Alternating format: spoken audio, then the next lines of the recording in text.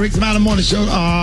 25 after the hour, y'all. The front page news is being brought to you by America's Best. That's right. Your health is our priority. America's Best contacts and eyeglasses stores are now open to safely serve your vision needs. It's not just a better deal.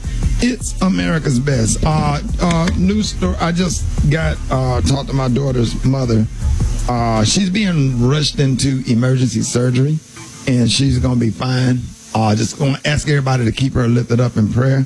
But after you get through, before you pray for that, you make sure you pray for the mothers that had to, that got to go to the funeral home this morning and make final arrangements for their children that was also caught up in violence all over the country this weekend. And make sure you pray hard for those families or whatever. And I just sit here and just try to do the show because there's no flights right now. It's nothing I can do. It does nothing, and nobody in this house, in the house, no good for me to, because we broadcast from home right now because of coronavirus to not be on the air because a lot of people are going through much worse than what I'm going through. So I just have to think about others, and that's what this is. This is a service.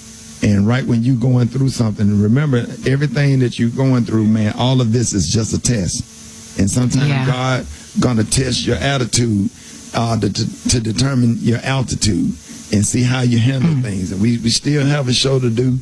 You know, if they had a flight available this morning, I would have been gone. But it's nothing we can do right now. But just stay prayed up, do the show, and get everything else figured out. But pray for everybody that's been affected by not only coronavirus, death, everybody that's been caught up in any type of violence, all the gunshot victims, and all the parents that had to bury kids. God bless you, and God bless your families, and I'm also praying for you. So, there you go. Front page right now. What up, Eva? What up, Ricky? That's definitely a part of this morning's news. I don't know how I'm going to get through this without a tear, but the 4th of July weekend brought a wave of gun violence across cities across the U.S. And unfortunately, many of these victims were children, you guys. So more than 67 people were shot in Chicago. 67, including a 14-year-old boy, a 7-year-old girl who was shot while she was just playing. A mom is dead after her family of 5 was shot in Detroit. An 8-year-old girl was shot while riding in a car with her mom in Atlanta. An 11-year-old boy was shot while running, Ricky, to get a phone charger in D.C. And also a little child in St. Louis remains in critical condition after being shot in the head. Y'all, we have to do better. It's got to be a real conversation, man.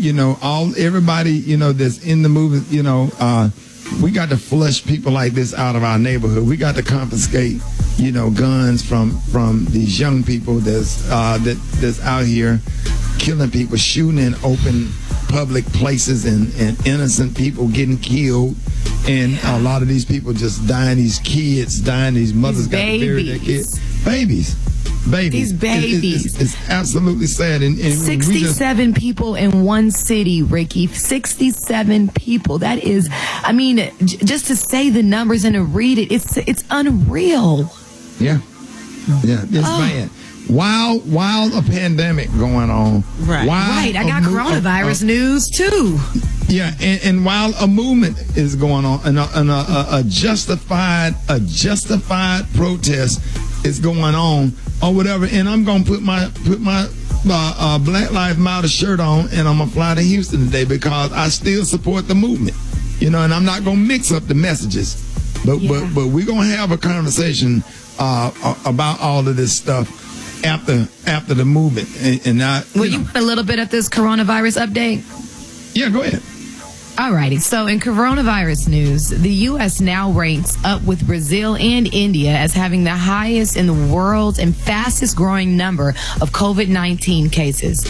But during July 4th speech, President Trump, y'all's number 45, again downplayed the virus, falsely claiming that 99% of the cases are totally harmless. Hospitalizations for the coronavirus are up in 5 states, including Arizona, California, South Carolina, Nevada, and Texas, where some hospitals have literally hit capacity.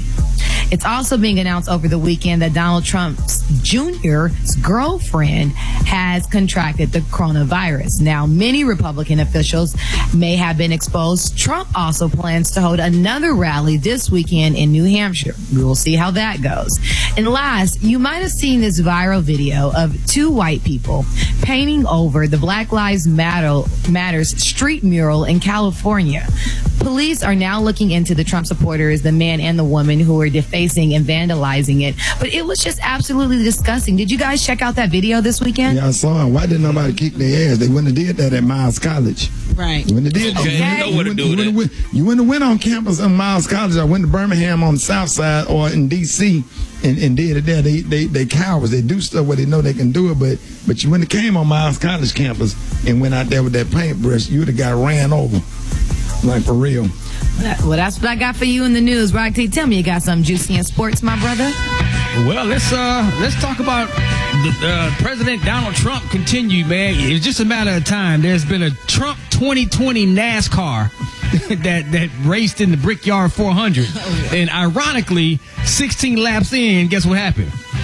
It crashed. Thank God nobody got injured, but the Trump 2020 car in the NASCAR race at the Brickyard 400 crashed 16 laps in.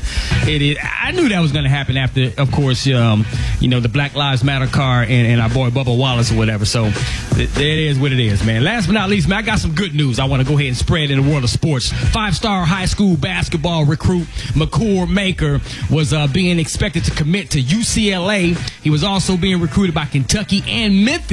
And he made his official commitment to Howard University, man. Big time. This makes him the highest ranked college prospect to commit to an HBCU. So expect many more prospects to follow my man here, because it's going down real big. Ricky, you talk about it all the time. We always talk about it here on the show. As soon as our top prospect recruiting athletes start choosing HBCUs, that spotlight is going to shift to the same way the NCAA, the Division I schools out there got all the hot spotlights, because everybody want to get to the pros. Everybody want to get to the next level. So now this is the first step to make that happen. It's going to happen slowly but surely. So that big up to my man for doing that. There it is. I appreciate it, Rock T.